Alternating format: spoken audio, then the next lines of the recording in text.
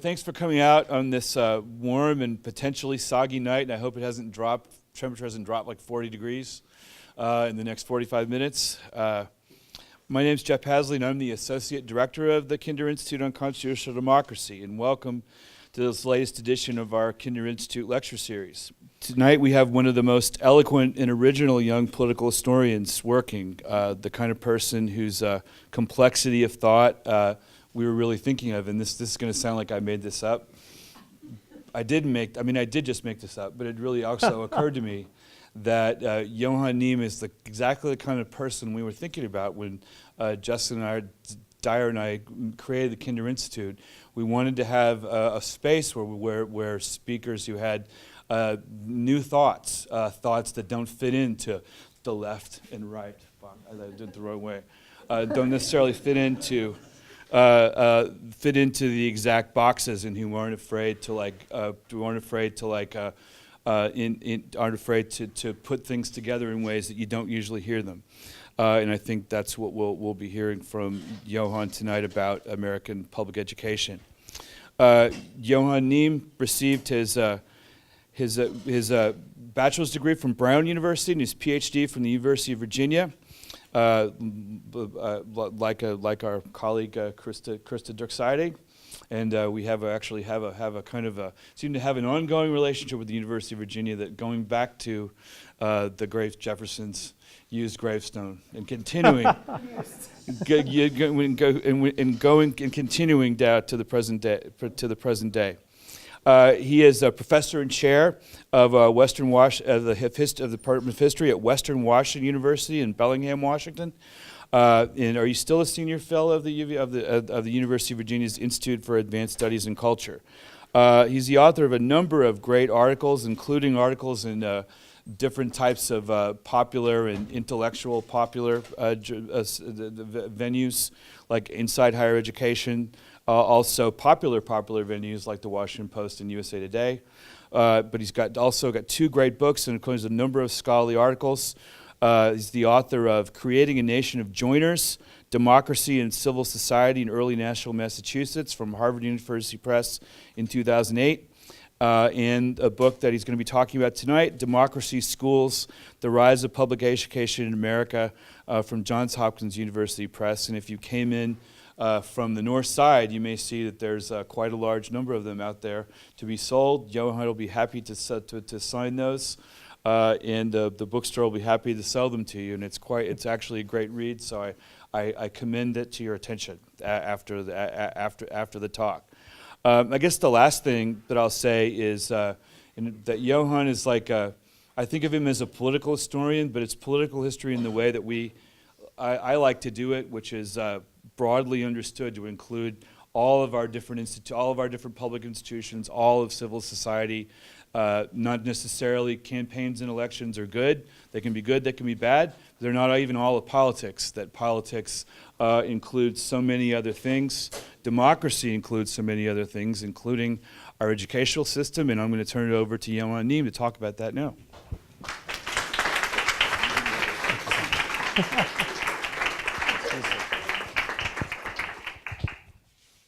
Well, old-fashioned, I guess, although the lecture in many ways is a modern delivery form. I was saying earlier at lunch, I've moved when I teach to Socratic pedagogy, where I come in the middle, but I won't do that to you today. I was assigned a lecture, and so I will give a lecture. I want to thank the Kinder Institute for having me here. I want to thank Jeff for that generous introduction. And I want to thank all of you for coming out this afternoon. I appreciate it. Today we seem deeply divided over public education, and we are debating significant questions of public policy. Will charter schools outperform traditional district schools? Do teachers' unions improve or reduce student achievement? Should parents have the choice to send their child to a school that most matches their own religious or political values, whether that school is public, chartered, or private? Do schools need more funding or less? What kinds of teaching and pedagogy will bring our test scores up to the top of international comparisons? What will work? And these are all important questions. But I want to suggest to you today that they are at some level secondary questions. They're all means. But the more important questions, the fundamental questions, are the ends. They concern why do we have public schools in the first place? And if we don't know the answers to those questions, then we won't know what we mean when we ask what works. So without knowing the answer to that question, why do we have public schools, it's hard to know how to answer any of the other questions. Even worse, we might focus so exclusively on answering one of those questions, such as improving student achievement or test scores, that we lose sight of some of the other ends of schooling in a democracy. And I worry that that is what is happening. And that's why I wrote the book, Democracy Schools, The Rise of Public Education in America. I had this feeling that we had drifted over the past couple decades under leaders of both parties, the left and the right. Since we have it, I'm going to make use of my props. Many of those questions that we face have become more urgent under the current administration, which is asking us once again to think seriously about why and even whether we need public schools. So these are the fundamental questions we need to ask. So today I want to pose two questions, or try to answer two questions. The first is, why did we have public schools? What is the historical purposes behind these schools?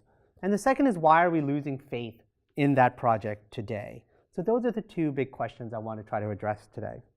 So let me start with the first. Why do we have public schools? I want to start with the understanding of the founding generation, who believed that republics, and I think this is true, are among the most fragile political units. Some of the largest empires in history, the Roman Empire, the Ottoman Empire, the Han Dynasty, and even the British, French, and Spanish empires, lasted hundreds of years. But when Americans established the United States in 1776, they lacked the same historical precedents. Rome had had a republic, as we famously know, but it had fallen. Athens had had a short-lived democracy. Italian city-states struggled to sustain their republican ideals. The English had an experiment with republicanism in the 17th century, but it gave way to tyranny under Oliver Cromwell. And the monarchy, of course, was restored then in 1660. And even in our recent history, few nations have been consistently democratic for long, with the exception perhaps of the United Kingdom's constitutional monarchy, which is still not a democracy. The democracies of Europe are relatively young and have struggled. India is one of the success stories, perhaps, but it too is struggling with religious diversity, inequality, and other challenges. And around the world today, authoritarian regimes are thriving, and democracy perhaps is struggling. The United States, we know, had a major civil war, the Civil War that ended slavery. But other than that, we've had a fairly stable regime. And we forget, therefore, I think, that Americans are no better or no worse than other people, that we share a common human nature, and that our democracy is as fragile as any other. We have been fortunate, perhaps, but we can't confuse fortune past for the future. A republic, if you can keep it. Those were the words Benjamin Franklin supposedly used when he emerged from the Constitutional Convention and it was asked what kind of government the framers of the Constitution were proposing. A republic, a government of public goods founded on popular sovereignty. But only if the American people could keep it. And history gave the framers plenty of cause for concern. For America's founders, public education was essential to keeping the republic. People, they believed, were born ignorant, flawed, even many would have said sinful. History suggested that they could be easily swayed by a demagogue, a Catiline, a Caesar, a Cromwell. This meant republics had to fear both the ignorance of the many and the ambitions of the powerful, who might use their power and influence to subvert liberty, as Caesar had done. The people had to be prepared to govern and watch over their leaders, and elites had to be educated to favor the public good over their own ambitions.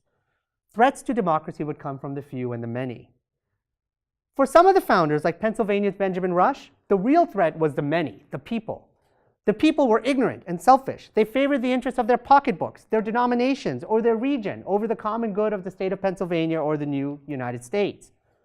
Public schools, Rush argued, would improve the people. By bringing diverse citizens together into common schools, a diverse society would be rendered, in his words, more homogeneous. At the time, Pennsylvania had about a third of its population as German speakers. So Pennsylvania was a quite diverse place. More important to Rush, a good education would not just offer young people knowledge, but it would teach them to be good citizens, what the founders had called civic virtue. To Rush, the people had to be, and these are his words, Republican machines. Think about that phrase. Rush was suggesting that people had to be educated so that when they faced a policy question about taxation, about any other issue, they should ask, what is the good of all? And put that ahead of their pocketbooks or their denominations or their regions or even their occupations. That was a hard task. Now, other founders worried more about elites than ordinary Americans. Thomas Jefferson believed that history proved that the people are more often the wronged than the wrongdoers. This was because the people were easily misled by powerful politicians, and Jefferson added the ministers of the established churches. To Jefferson, the elite had monopolized knowledge, and Jefferson hoped, in his words, to diffuse that knowledge to every white Virginian. Once ordinary Americans had access to the kinds of knowledge that elites had once monopolized, they would be better prepared to govern themselves and to keep watch over powerful elites. So of all of his goals, Jefferson wrote in his Bill for the Diffusion of Knowledge, and these are his words, "None is more important, none more legitimate than that of rendering the people the safe, as they are the ultimate guardians of their own liberty." Equally notable, many of the founders, including Rush and Jefferson, believed that girls should go to school. While they did not advocate equality in the way that we would come to understand it, they believed that future mothers who would raise the next generation needed an education to ensure that the next generation would be worthy of their civic responsibilities. The result, however, was that in America's early public schools, girls and boys attended at similar rates. And it's actually moved up. By the antebellum era, girls were more likely to stay in high school than boys. Many young women had their first experiences with the liberal arts and sciences thanks to public schools and private chartered academies. And many of those women would go on to become active in the anti-slavery and female suffrage movements, demonstrating the power of gaining access to liberal education. So for the founding generation, threats would come from above and below, from the few and the many, and addressing both required an educated citizenry.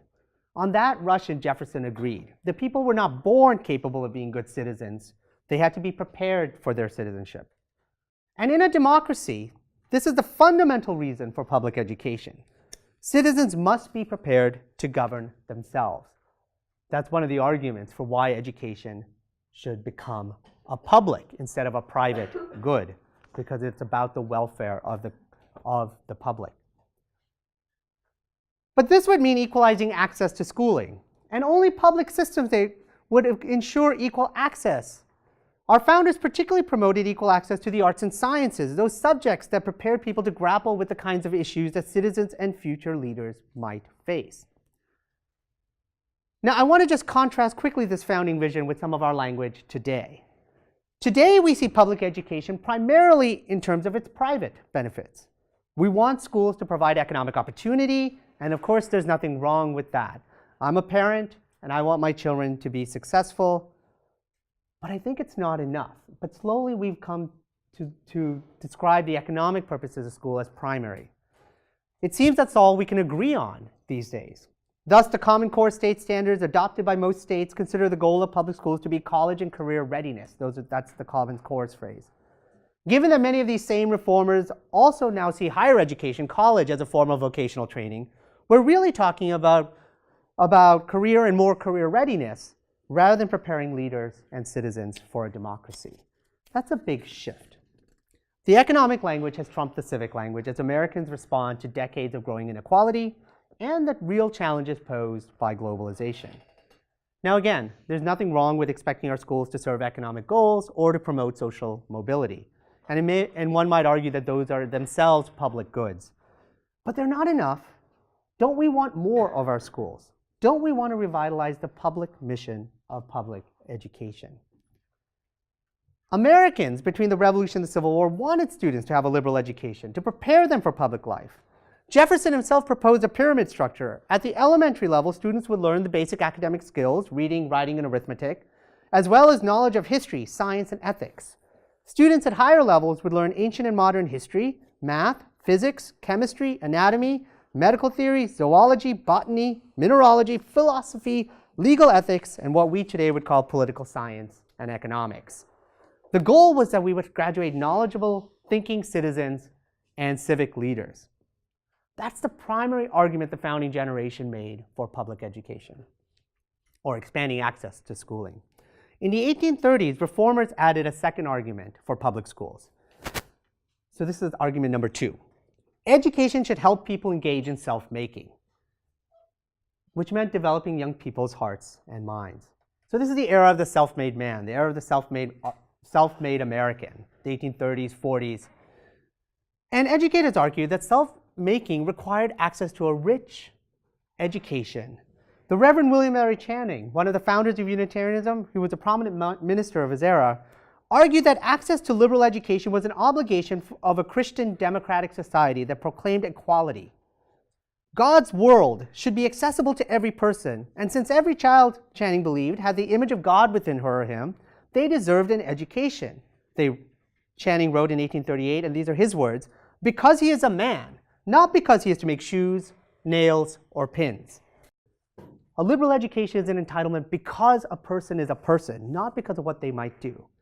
He argued against those who proclaimed that liberal education, and now these are his words, is needed for men who are to fill high stations, but not for such as are doomed to vulgar labor. Whether we are rich or poor, work in the professions or on the docks, each of us, he stated, is a son, a husband, a father, friend, and Christian. Each of us belongs to a home, a country, a church, a race. Given that we have all these roles and all these duties and all these obligations, education could not prepare some to lead flourishing lives and leave others to toil. In a democracy, he argued, we must all be educated to fill these various roles. Because making a self was creative, it was a project of self-making. It was also a project of the imagination. And one of the goals of public education was nothing less than democratizing Americans' access to imagination. Now, if you can imagine that being said from state houses and policymakers and secretaries of education today, that would be something. But in the antebellum era, that was really what they said. And I was surprised by this. And I did all kinds of Google searches because I thought, no, it's not true. But they did.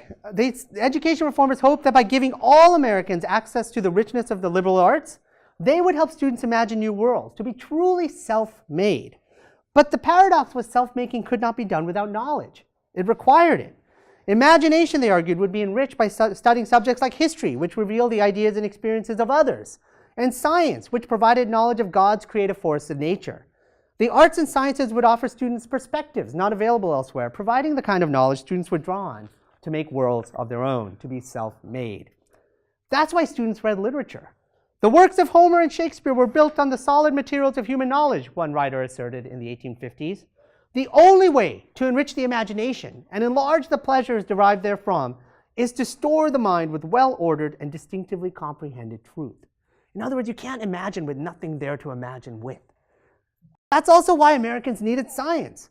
As one graduation speaker at a teacher's college in Massachusetts put it in 1848, "There is not a star or a stone which is not placed before us as a volume to be opened and read." And good teachers, this person continued, help the young mind to interpret nature. They guide its thought, answer its questions, and direct its investigations. The arts and sciences thus were deemed necessary not just because they prepare people for citizenship, but because they opened up a world of knowledge and insight, which provided a seedbed for the imagination, for the creative self engaged in making a self-made person. Our age gets very little credit for poetry or music or indeed for art in any of its branches, Frederick Douglass told an audience during the closing days of the Civil War. But, he continued, man is the only picture-making animal in the world. And he added, although reason is exalted, other animals can reason. Imagination, these are his words, that sublime, prophetic, and all creative power of the human soul was the glory of man alone. Douglass, who as we know had been denied an education as an enslaved child, knew what it meant to be dehumanized, and he took seriously the importance of access to education for human dignity and equality. Yet this kind of creativity, this kind of self-making could not happen without the support of the community. That's the paradox. It took a village to make a self-made man. Thus, Orange County, New York, Charles Borland Jr., who was a Union College graduate who later would serve in the New York State Assembly and in Congress, argued that the great advances made in the arts and sciences, as well as the more practical operations of the day, have been suggestions of single noble minds. A person, he argued, could have great ideas because, and these are his words, society in its associated capacity have come forth with its treasures and encouragements. creativity would be nurtured, brought into being through public schools. So in a democratic society committed to equality, every person must have their imagination encouraged. And this meant every child needed access to the arts and sciences. The Connecticut Common School Journal's editor, Henry Barnard, stated in 1840, "We have no sympathy with those who would exclude the bulk of society from communion with the greatest and best of our race through their written thoughts or from the enjoyments of the glorious sights and sounds of which nature is so full, and which no extent of participation can diminish."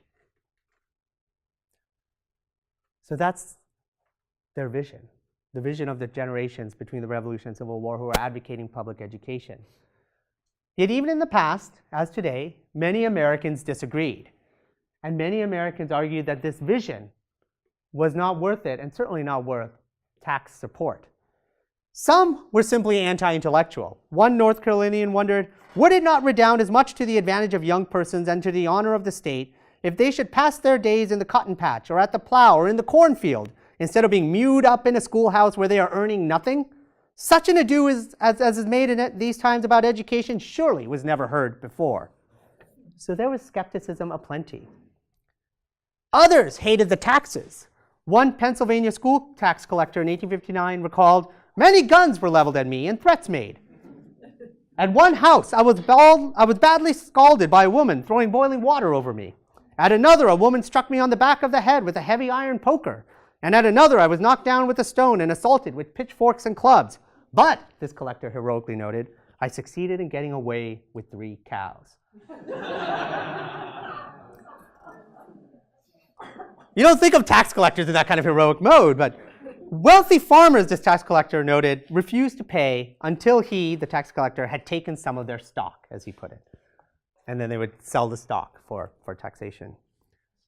So this is not a vision that's uncontested. Like today, public education was a subject of disagreement. But yet Americans continued to raise taxes and more and more children went to public schools over the course of the decades between the Revolution and Civil War. And I would wager that that's because the schools themselves built the case for public education in community after community. Local citizens, and localism was very important to the building of the schools. Local citizens worked together to build and run the schools. You did not have a state with a bureaucracy in these eras that could do the work of governance. You relied on mobilizing local communities. And legislatures may pass mandates requiring communities to divide into districts, but you'd elect local district trustees who would have to do the work of ensuring that a schoolhouse would be built, that a teacher would be hired. And in this process, citizens gained a sense of ownership over their schools and even pride. And as more and more young people went to school, other parents wanted the same benefits for their own children. And thus, through the building of the schools themselves, Americans became stakeholders in their public schools. They voted for taxes, they sent their children, and whether their goals were personal or public-minded, they invested in educating the entire community. And this was a big deal. At the time of the Revolution, most people assumed education was a family responsibility. Parents would pay tuition if they wanted a school or a school keeper, and even the district schools would often charge a fee. By the Civil War, most northern states and many southern states were moving towards free elementary education and even starting to develop public high schools. This was a huge change. It was a sea change in how Americans understood education. Education came to be seen as a public good. But that public good came to exist because citizens and communities worked together to invest in each other. So the institutions were really important in making that change. It wasn't just a great rhetoric of some wonderful graduation speakers at teachers' colleges. It was the actual existence of this local work that mattered. I want to turn now to a third reason for expanding public schools in the decades between the Revolution and Civil War, and that is growing diversity and economic inequality. As America became more diverse, many education reformers, including Horace Mann, the Secretary of Massachusetts' Board of Education, one of the so-called founding fathers of public education, believed that a diverse society needed public schools to bring citizens together and help them see each other as fellow Americans. Our public schools are the most democratic institutions that this peculiarly democratic country affords, proclaimed E. Hodges, the superintendent of schools in Fond du Lac, Wisconsin. In a society divided by religion, ethnicity, party, and wealth, public schools, he argued, would harmonize the various discordant elements that are found in society as students sympathize with and for the other. So there was this hope that in coming to these schools, people would start to sympathize with and for the other. They start to see themselves in each other. Immigrants would learn Americans, and these are his words, customs, assume their manners, and become homogenous with them. The equality upon which they would be placed at the public schools and the discipline which they should there receive would Americanize them in the shortest possible time. Ohio's Calvin Stowe told a gathering of the Western Literary Institute in 1836, "Unless we educate our immigrants, they will be our ruin. To sustain an extended republic like our own, there must be national feeling, a national assimilation." His words. Common schools, funded by taxes, free for all, and overseen by citizens would bring together this diverse society. The schools would in fact serve as a glue binding Americans to each other, or so that was the hope. But it was not just immigration that worried reformers. Economic inequality was growing, and there was a real fear that well-off parents might opt out of the public schools, and the public schools would continue to be seen as charity or pauper schools, which would undermine their broader public purpose.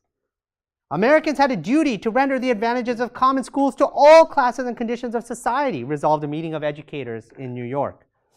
John Pierce, who was the new state of Michigan superintendent of public instruction, celebrated public schools because at public schools, all classes are blended together, the rich mingle with the poor and are educated in company, and mutual attachments are formed. Once again, we see this effort to sort of bring together a diverse society and form mutual attachments as people come to see themselves as fellow Americans. Horace Mann was worried, though. He said, if rich parents turn away from this common schools, those are his words, and send their kids to the private school or the academy, which were charter schools of the era, the poor will end up with a second-class education. To ensure that students and their parents intermingle, Mann continued, there should be a free school, sufficiently safe and sufficiently good for all the children within its territory. And that word territory mattered a lot. The children who lived together within the same district should attend, Mann believed, the same schools. Segregation, especially of rich and poor, hurt all children by increasing inequality and reducing the social solidarity on which democracy would depend. Now, they weren't getting these ideas out of nowhere or worried about these issues out of nowhere. American society in the decades before the Civil War was violent. From frontier violence in the West to anti-Catholic violence in the urban centers to race riots, Americans fought in the streets against each other. There was partisan violence, and members of Congress started carrying guns with them into the Capitol. Slavery, of course, depended on daily violence. But scholars have long argued that democratic societies depend on social trust, on the level of trust Americans have in each other and in their institutions.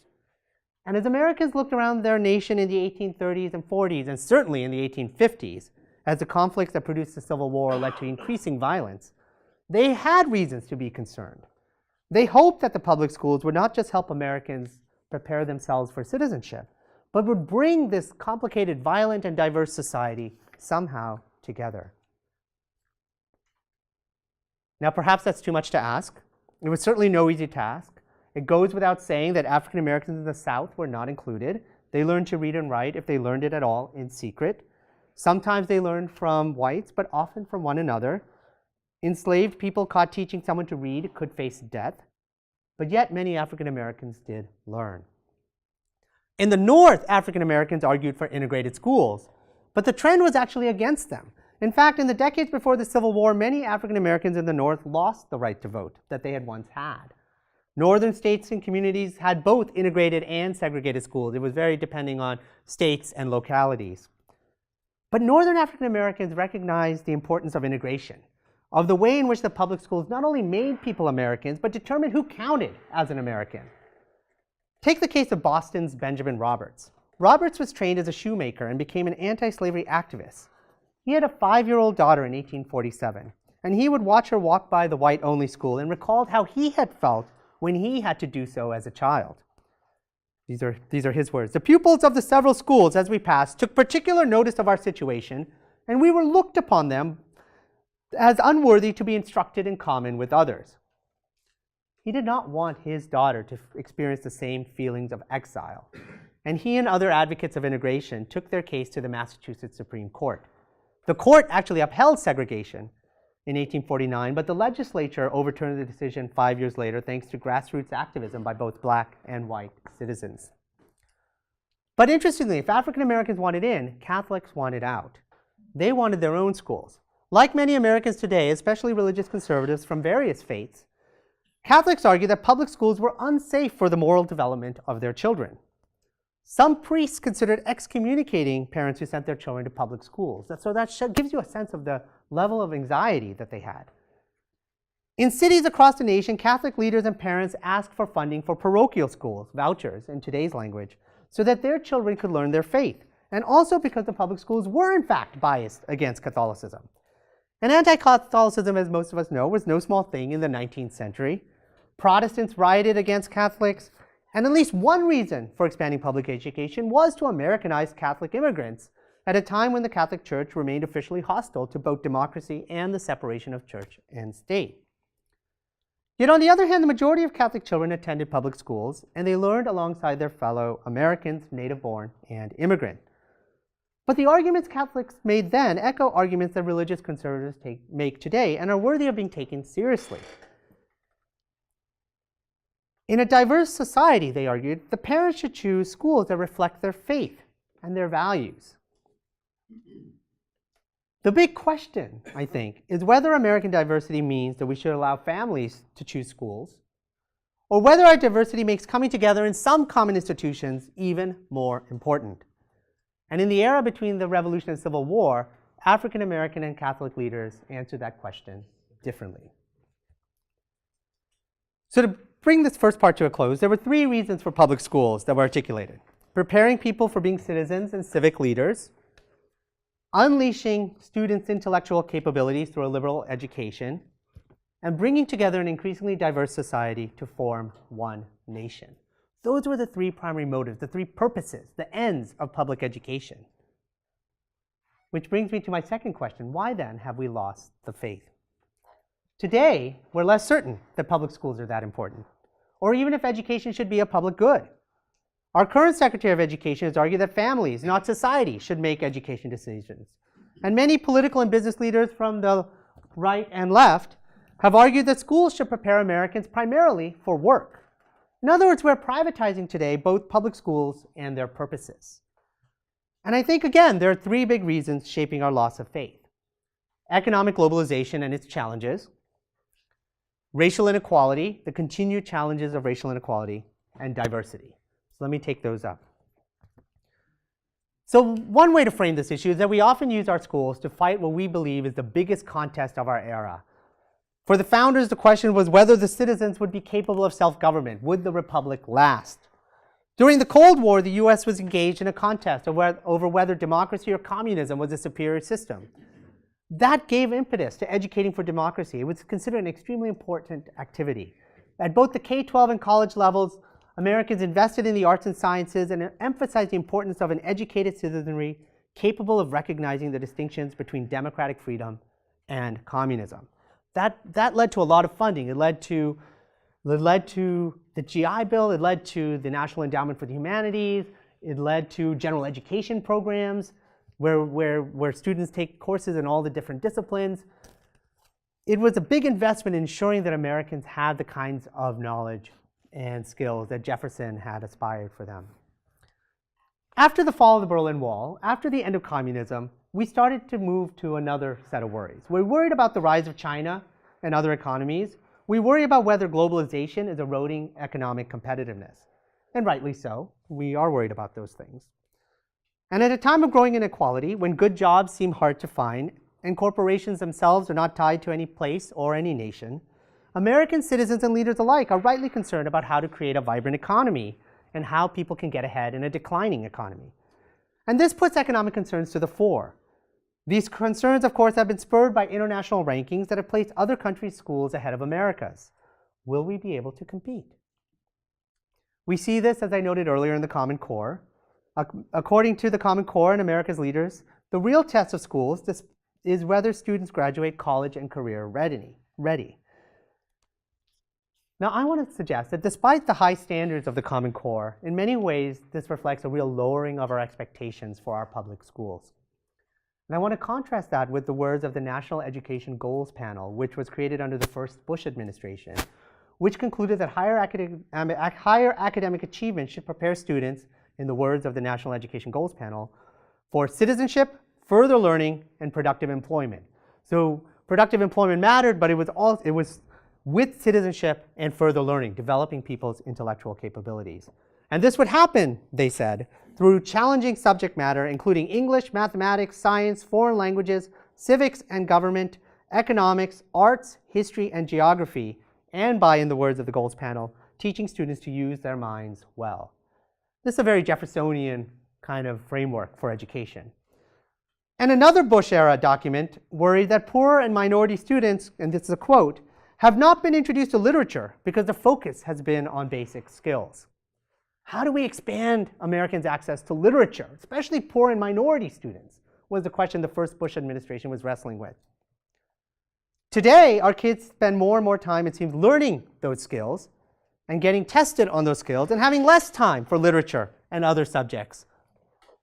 The conservative thinker Chester Finn has concluded recently that, quote, our emphasis on thinking skills over facts contributes to truth decay in this era when politicians seem to lie to us and Americans struggle to distinguish real from fake news. Yet, a Dayton, Ohio area Chamber of Commerce member and Common Core advocate put it this way. The business community is the consumer of the educational product. Students are the educational product. They are going through the education system so that they can be an attractive product for business to consume and hire as a workforce in the future. And I should add that this emphasis on education primarily, if not solely for job skills, is bipartisan. Arne Duncan, President Obama's education secretary, stated in 2012, our president knows education is about jobs.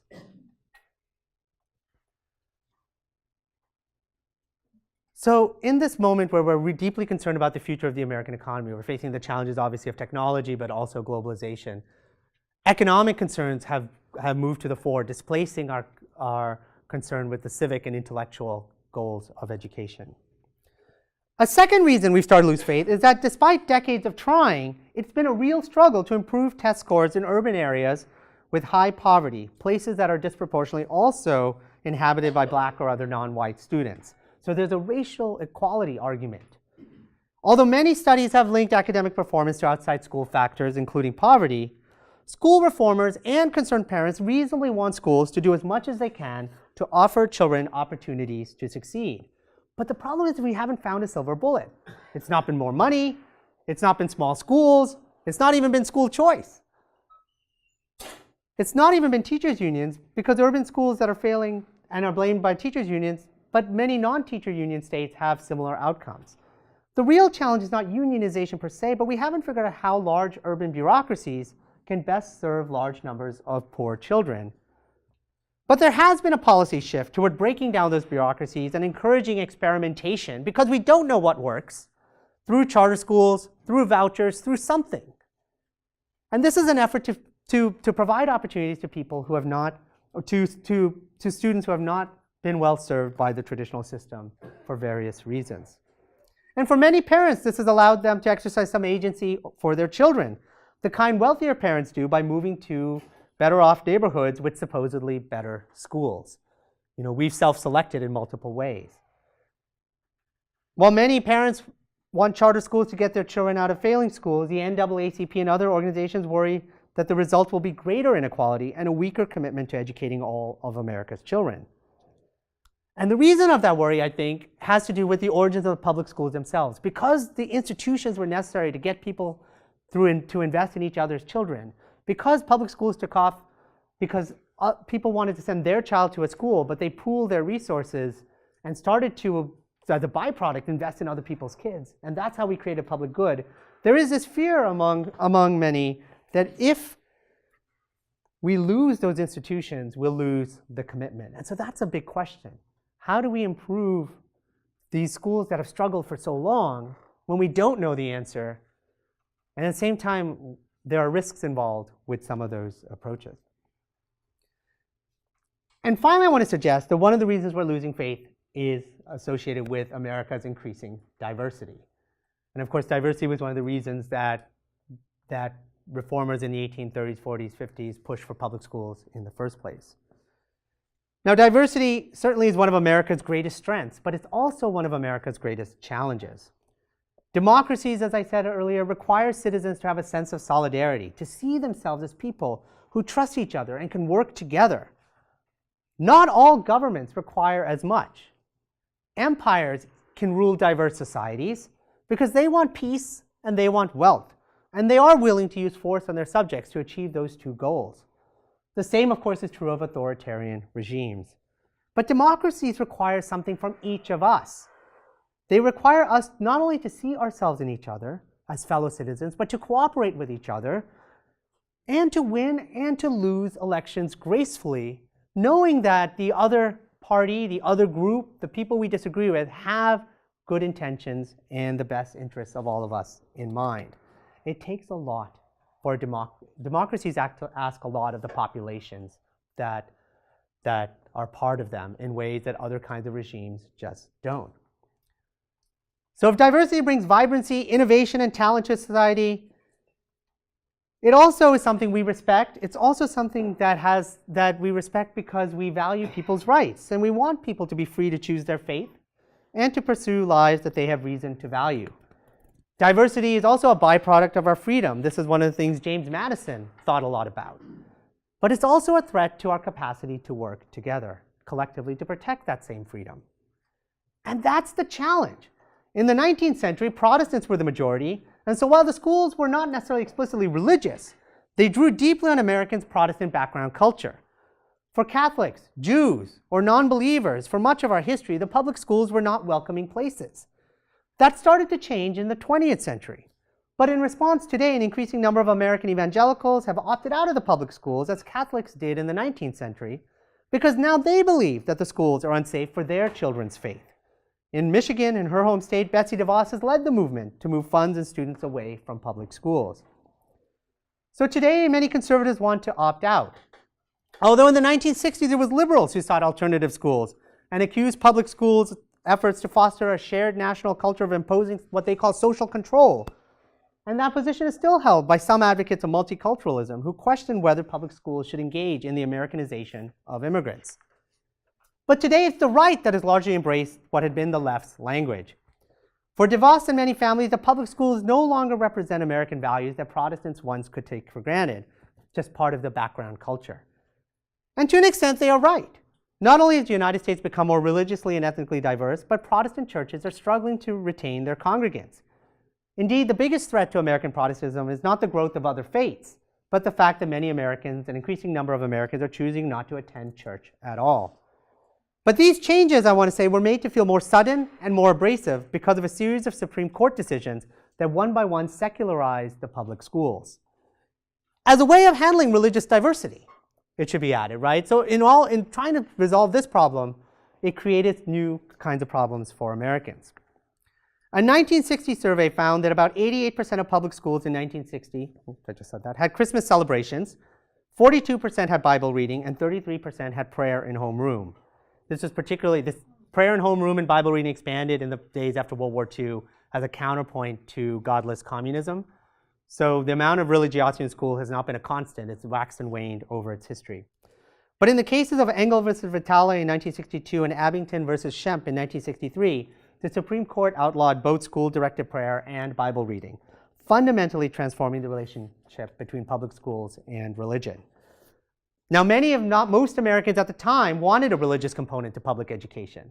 Americans, white and black, left and right, north and south, and Protestant and Catholic, condemned the court's decisions. The rulings, they argued, did not reflect public will in American culture. They argued that by taking God out, schools would impose secularism upon a religious people. Now, of course, for many other Americans, this was part of the broader civil rights revolution that extended new protections to minorities of all kinds, racial as well as religious. But nonetheless, as the schools became secularized, more and more evangelicals came to share Pastor Tim LaHaye's view that, quote, the public school system was unfit for educating the children of Christian families. So those are the reasons I think we're losing faith today. The real economic challenges of globalization, the real challenges of how to improve schools that have been underperforming for decades, and to provide the kind of equality for racial minorities or poor communities that public school advocates have all along argued for, and how to manage the challenges of religious and ethnic and racial diversity. In other words, none of the questions faced during the founding decades of the Republic have gone away, and in some ways they remain as relevant as they have ever been. At a time when democracy's future appears uncertain at home and abroad, it's worth remembering the founders' admonition that republics are fragile, that they depend on educated and ethical citizens and leaders. At a time of growing diversity, when violence seems once again to be breaking out on our streets, in our churches, temples, and mosques, and in our schools, we must once again ask ourselves, do we see ourselves as fellow Americans? Are we able to find enough common ground to educate our children in common schools? Our democracy needs us to care for each other, but to do so, we must find some common ideals and traditions that bind us together as Americans across class, religious, and ethnic lines. These were the kinds of concerns, as well as the aspirations of the founders of our republic and of our common schools. And I think that their concerns, but also their dreams, should once again be ours. Thank you very much.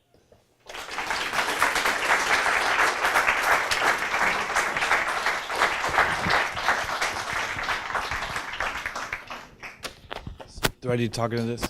So we have plenty of time for questions. Go ahead, sir. Actually, I probably should. Sorry, I realized they're recording this, so I should probably hand this out. In terms of the kind of loss of confidence in schools, I wonder if you might entertain also a demographic argument, and that is like when my grandfather graduated from high school, about 9% of the high school graduates went to college. When I graduated from high school, it was probably about 50%. And about 1% went on to graduate education. Now that's gone much higher. Yeah. And as you move to kind of a narrow segment of the population being educated to a much broader segment, without having the same expansion of kind of high echelon jobs, then people who go to the higher level don't get the same result. And I wondered how much that is also feeding into the process. I'm sure at some level that is feeding into the process, right? That it seems that we educate more, and that more education pays off less, or at least that's a perception. I mean, in fact, we know that if you get a college degree, your chances are greatly increased. But I think you're right that there is, as we've expanded, often for democratic reasons, often for economic reasons, the number of people who attend schools, the sort of cash value of the degree has gone down, and there's been a kind of creep. And so now increasing people say, well, you need to get a graduate degree, right? Part of that also is this is a way of keeping young people out of the workforce, right? So that because we have to find jobs for more people otherwise. Part of that is a kind of, but there are broader questions of labor policy and economic policy that those raise. And I think we sometimes turn to schools to solve problems that are beyond them. But I think you're right that, in some ways, going to high school, when high schools were first coming online in the 1840s, 50s, 60s, 70s, they were these real kind of, they were called the People's College or Democracy's College. High schools were, and in some cases the high school teachers were called professors. And there was this real sense that this was meant to democratize access, but by merit. But it was meant to democratize access to something that not everyone would need. So I think you're right that is part of the story as well. Yeah. Who else? I feel like I'm just going to have to stay up here. So what you reference as far as that time frame, would that be the ideal part? If you say that we've lost faith in public education, was there a good old days when we had the most faith and it was ideal with that? And what was the dynamic of the education at the time? Yeah, no, that's a really good question. I would say there have never been good old days. He'd lose his PhD if he said that. Yeah. his history PhD would be revoked if he said there was good old days. But I would say this. So in the book, I talk a lot more about arguments about both questions that concern us very much today about inclusion and exclusion, including the kind of questions that Catholics and African Americans raise. But also, there were real questions about why we should provide this kind of tax support for this kind of education. And reformers pushed very hard to achieve this. And they pushed against a lot of resistance of people who didn't believe this was necessary. This wasn't, or if it was necessary, if you want it, you should pay for it. But why should I offer this to everyone else? It doesn't seem practical. What I think I'm trying to do is say, well, that's true. But I think what was different is there was a generation of education leaders and reformers, people like Horace Mann, who tried to encourage people to live up to the better angels of their nature, who tried to say, today I feel that the people who have access to the bully pulpit, economic concerns were there from the beginning. Parents always cared about the economic welfare of their kids, and they should. That's not going to disappear because somehow we start talking about citizenship. But what we had is this countervailing effort to remind us that it's not all we care about, that we also care about these other goods. And I feel like we've lost the leadership to consistently remind us of these other purposes. And so there's never been a good old days. Those schools didn't always meet their goals. These were aspirational. They were contested. But I guess if I had a project here, I'd want our education leaders and our policy leaders to help remind us that we care about these other things too.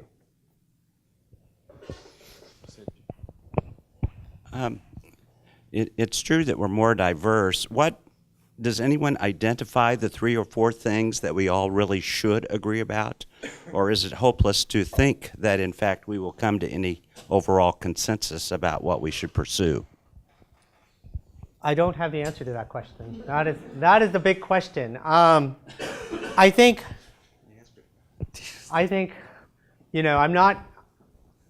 I'm too smart to list the 4 things that define America at this moment. Do it. But I will say this, that at some level, if every effort to define some common ground and some common culture and some common traditions is either rejected by the right or the left, and that there's no way we can tell a story that where we can say the word we and us, then we do have something at risk. And if we look around the world, the challenges of tribalism are real. And American democracy is more stable, the American nation state is more stable than a lot of places, but I don't think that we should take that for granted. So. But you don't want to say the one thing. I mean, of course, it's like nationalism, right? Well, it is nationalism, but what is the content that we can, and there has to be some organic way in which that emerges. It has. Today, I listened to a panel from high school students in this city, and they said they formed a committee called Action Now. And they said, I can't understand why our Congress and our people in the city and everything can't solve the problem. We're going to solve it. How are they going to solve it? By learning to have dialogue. And so they learned how to not offend each other with their dialogue. That's coming from our high school students here in Columbia. And I think that may answer some of the questions about how diversity and communication occurs. And the other question I have is, we have sort of tried to copy Germany, who segregates students according to their skills at an early age. You go this way and you go this way. And there's some sentiment to do that in this country, I believe, because of job opportunities and so forth. So Johann's mic'd up, so he doesn't need it. I've got this. I'm wired, but don't tell anyone. I think both points are well taken. I think we have a political system that, for various reasons right now, is, rather than trying to find common ground, is actually tapping into and exacerbating our differences. And there are a lot of issues where if you poll Americans, there's a lot more common ground on very controversial issues than party leaders on both sides make it sound like. And in some ways, we're more partisan now as a result of that, because that process has been pushing us further apart. So learning how to even respect and not demonize those we agree on is a fundamental purpose of democratic citizenship, or a fundamental skill of democratic citizenship, and it's very hard. And as the media becomes more fragmented, it's hard. it's very hard. So I'm excited to hear that people in the city are doing that. I think we need more inter-ideological institutes. At our Where the left and the right at our universities. Yeah. What do you think? Yeah. Who else?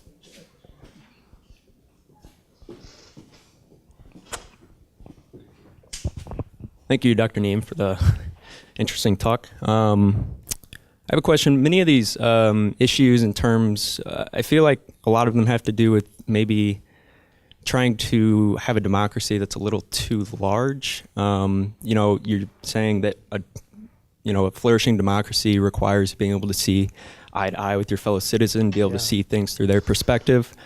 I wonder if you think that there could be any advantage to returning our education system to kind of federalist, not ideals, but the ideas of Madison and Jefferson, and if you think that would maybe have some advantages in creating a more flourishing democracy and educational system. So, I mean, I think it depends on the issue, but Madison and Jefferson, it should be noted, did not see eye to eye on the power of the federal government. And Madison wanted a much stronger federal government than we in fact got in the Constitution. But and Jefferson, of course, was nervous about the Constitution itself, giving too much power to the center. So they're, but I do think that our school system right now is a very federal system.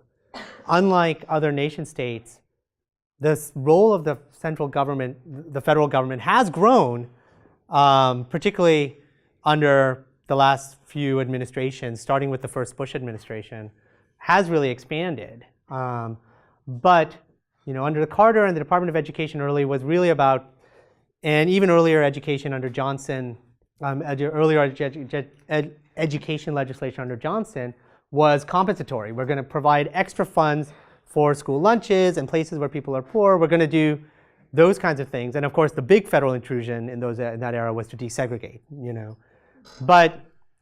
But under the first Bush administration and continuing to today, there has been an effort to provide more central guidance from Washington, D.C. But when you compare us to other nation states, the role of the state government and the role of districts is still huge. It's one of the, if you're a reformer, it's one of your struggles. It's also a source, I think, of one of our strengths, right? Because I think it enables, I think public education is so important that we need this balance. I don't think as ordinary citizens, we have expertise in all things it takes to educate people effectively. We need professional teachers. We need people with educational expertise. We need policy experts. But I think because we're talking about the education and socialization of the next generation, if parents and citizens and local communities don't have some say over that, that's really important. One of the challenges of localism, of course, is inequality. If you rely on property taxes and people start self-segregating in ways that in the 1830s and 40s was less likely. And even if you look at older neighborhoods, you see big houses next to smaller houses. Today, we really are more segregated. That provides a challenge of how do you maintain localism and also fund equality. But I think you're right at some level that there is a power to the local school where strangers become fellow citizens and sometimes friends. And school boards are still one of the ways in which people can engage in local politics. And I think we shouldn't lose that. Anyone else? It's going to be a hard one. Oh, no. Thank you, Professor Neem, for that excellent talk. So I guess my question or comment is that isn't one of the big problems that we no longer see public institutions or institutions of this democratic republic as sites of human flourishing? We see them as sites of decay or stasis or intense problems, which is oppositional to what the founding generation thought of institutions as. So is that part of the problem, and can we fix that in your estimation? It is part of the problem. Yeah, no, it is part of the problem. That I think we've lost faith in institutions across the board. I mean, we've lost faith in public institutions, we've lost faith in private institutions, we've lost faith in business, we've lost faith in our churches, we've lost faith in our government institutions. And that feeds on itself, because then we don't invest in them. Also, we don't provide them with resources, but also we don't look upon them as solutions. And so yes, I think that is actually one of our problems. And in losing faith, particularly in the public institutions as site of flourishing, we start to look elsewhere. And the challenge becomes, if those institutions are vital to democratize or provide a more equal access to these kinds of goods, we can't do it without some of these institutions. How do we fix that? Well, I think it's complicated. I mean, the historian in me answers there's two big problems, right? One is that some of these institutions have real problems and failures. You know, in many ways, both the public and private sector have failed us in certain ways, so that some of the distrust is earned. But I think on the other hand, we've faced, you know, concerted attacks on those institutions for the last few decades that have fed the distrust and perhaps even exaggerated the distrust that's necessary. Because we should always be somewhat skeptical, because we always want to improve our institutions. So that's ideological. And I think if we can remember that there was a time when we saw these institutions as promoting individualism, promoting, you know, that the village actually could encourage liberties rather than threaten them, that would be helpful. I mean, that would return us to the kind of language that Lincoln used, right? When he talked about the importance, you know, he was the one who celebrated this, the farmer who would go out and make it. But he said in his speeches consistently, a farm is meaningless if there are no roads, if the rivers are not improved, if people can't get their goods to market, and you need a public infrastructure to invest in enabling that farmer. And he said the same thing, and others said the same thing about schools, that you need to develop the capacities of the people as well as the economy, and that requires these collective institutions and investments. And so we have to start thinking that way again, I think. So yeah, I think you're right. But I don't know if we're able to do that or whether we're so fragmented and skeptical that we don't have it in us. That I don't know. Yeah. Anyone else? But oh, okay, one more. There we go. Well, it takes a village to end that. There's somebody else. Okay. There are a couple of attitudes or thoughts that I often hear expressed that I just simply don't understand about education, and I wondered if you could talk a little bit about some of these. One is sort of the perception that if a person is working in a job that is considered lesser skilled, that person has no need or is not deserving of access to knowledge outside of their specific field, or has no ability to perhaps appreciate the arts if it's not directly related to their job. But we don't assume that about jobs that require greater skill. The other thing that I don't understand is why omitting specifically religious activities from a public school is then perceived as being anti-religious. Okay. So the first question, I think one of the reasons I loved that quote from Channing is it's a reminder that for at least some advocates of education, past and present, the benefits of a liberal education are human, right? We are all people who have multiple things we do in our lives beyond our jobs. So there are economic job benefits to education, no doubt, but there's no reason. So part of me feels like, well, yes, you know, I want to counteract the stereotype of the history major who's a barista, because if you look at the numbers, that doesn't hold out. History majors do just fine. But on the other hand, part of me wants to say, so what? If that person has a life that is fulfilling, if they have an income that can support their family, and if they have ways in which they use their intellect and imagination that enrich us, so be it, or enrich their personal lives. So be it. Education is a complex good, and it can't be reduced to one of these outcomes. And I think we are reducing it to that, but it shouldn't be. In terms of your second question, I think for many Americans, the absence of religion is the presence of something else. And so the absence of, like, if you believe that your child, that all education is inherently moral, and I think by some measure it always is, because it is offering some moral framework to make sense of the world. Even if we say education is purely economic, that is a determination of the ends of education and development. So given that, if the education has the absence of religion, it has the presence of irreligion, secularism, or something else. So for many Americans, the absence is the presence of something. And I think only, for many people who don't find a problem with the sort of strict separation of church and state that we've created, it's hard for us to see that sometimes.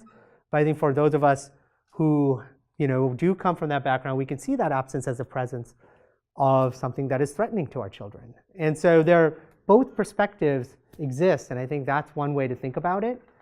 The other piece, of course, is that if you think about any group in history, including the American nation, when the kind of shared elements are up for grab or change dramatically, something is lost. Something may be gained, and the gains may outweigh the losses. That's something for us to decide. But for many Americans, there was a kind of, particularly in the post-Cold War era, there was an idea of a tri-faith America, Protestant, Catholic, Jew, and you sort of fit into those categories. And that itself was evolved out of a more Protestant understanding of America. And when those categories no longer make sense of the purposes of a collective life, then people are sometimes left without those shared signposts, and that makes it very hard to live in a space together. So I think there are some real issues there that are not simple for our society to confront. You mentioned several times in your lecture about college and career readiness from Common Core, and I'm not necessarily opposed to college and career readiness. I don't think it's evil, but there's an awful lot of push towards it. I know the Missouri House was getting ready to vote on a career class being required for all freshmen. My fear is that being forced to take that class, then they can't take band or art or other things that might stimulate their heart. Is there any pushback on this? Because I see a lot of push forward. Let's get more of that stuff in there. Is there anybody out there saying, let's stop, let's back off from this? You are, it sounds like.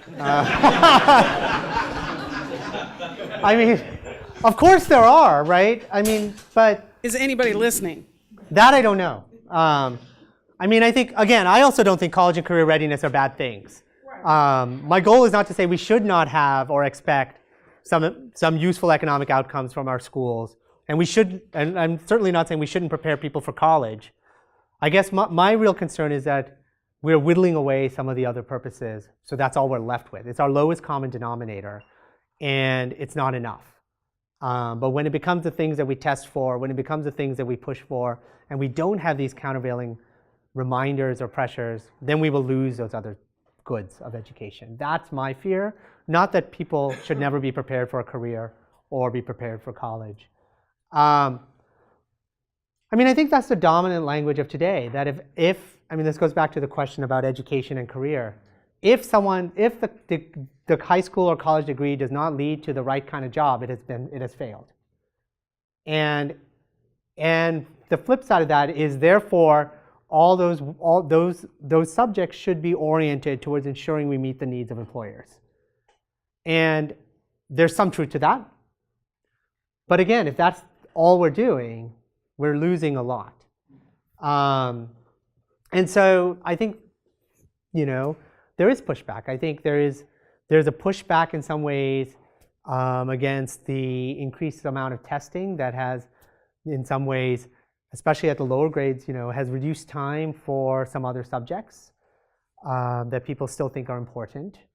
There's efforts to think about the role of the arts, but often it's framed in economic terms, and I want us to remember that the arts have non-economic value as well. They do have economic value. They pay off with, they pay off at Microsoft, but they also pay off because they add value to our society and they add value to people's lives. And those are equally worthy. And I think if we keep all those in front of us, that's where we need to be. But that's not the dominant language out there, certainly. And it's not that there aren't people out there, it's that right now it's not the dominant voices. I mean, Johann, is it partly the challenge of the secularization that's taken place? Is that if it's like this without the there's, at least in American society, it seems to be that if it's religion and what the other thing is, that besides the economy, Well, I it's think very that's hard right. to, it's very hard to articulate. Well, I think this, when the people I'm talking about saw the world still as endowed, so part of the egalitarian mission was, they weren't interested in STEM. They said science gives people insight to God's universe because the world is created. And same with the humanities and what was, that these were ways in which getting at, the richness of the world. And that richness of the world reflected God's wonder. So in a sense, it's justified at a deeper level, this education project. I think there are ways to explain it and justify it without that, but I certainly think the absence of that deeper justification makes it harder, because then what do we all agree on? We want our kids to have jobs. And then beyond that, it's really hard to find what is that common ground that will enable us to do some of these things again. But I think that's the work we have to do. Well, okay, one more. Like common ground could be a good ending, but this could. That was such a good ending I just gave. Sorry. This will be a good one too. Yeah. I'm wondering about civic involvement, and if you can give a little bit of a history about public education and civic involvement, because that's a big part of our democracy, and training our youth and really everybody, because the youth, it goes through the whole, through our whole, all of us. But that's one of the big redeeming things that I see in a Catholic education. Is they have a real focus on civic involvement and in physical civic involvement. I've tried to get that going with our public schools, but it seems it just sits dead. And that's a huge thing that I think is really, really important. And I wondered what you thought on the history of civic involvement in that's a really public good education. That's a really good question. And it goes to Jeff's question, right? One of the things Catholic schools have been very successful at is encouraging civic engagement. And they do that because the Catholic Church not only is a huge institution, but it has a mission. And its mission is very clear. And so its schools can have a very clear mission. It's much harder to do that in public settings, particularly in a diverse society. And so it's much harder for these public schools to create that same sense of community and that same sense of collective action that inspires people to be engaged at the same level. I think part of it is that my understanding is that part of it is that Catholic schools benefit from two things. One is self-selection of parents who share a vision, and the other is they can, because they're a church and because they have this vision, really push it and cultivate it in students. Public schools have so many stakeholders, so many demands on them, that they're much more diffuse. So one of the challenges we face is actually how to replicate some of those opportunities and experiences in public schools that the Catholic schools have been actually quite good at. And I think you're right, we need to somehow get there. So what is our history with civic involvement with public schools? The history is mixed. And a lot of it depends on factors that are not always indigenous to the schools. It depends on factors that have to do with the communities those schools are in. One thing that I recall is that schools that are in communities that are overwhelmingly liberal or conservative produce students with very high voting rates because there's a cultural norm around voting. And schools that are in places that are quite divided do the same thing because there's a cultural norm in that community. So the community's norms really matter. And that places that are kind of in the middle have high school students tend to vote less often and be less engaged. So in some ways, it's these factors beyond the school that have been shaping it. And so the question is, how do we use our schools to encourage people to be more active in their community? But I don't know the answer to that, So. Well, our high school is trying to answer that question. Yeah. I'm impressed with them. Today? Well, I think we'll have to try to answer that question out in the community. All right. After tonight. So thank you. Thank you. Thank you all.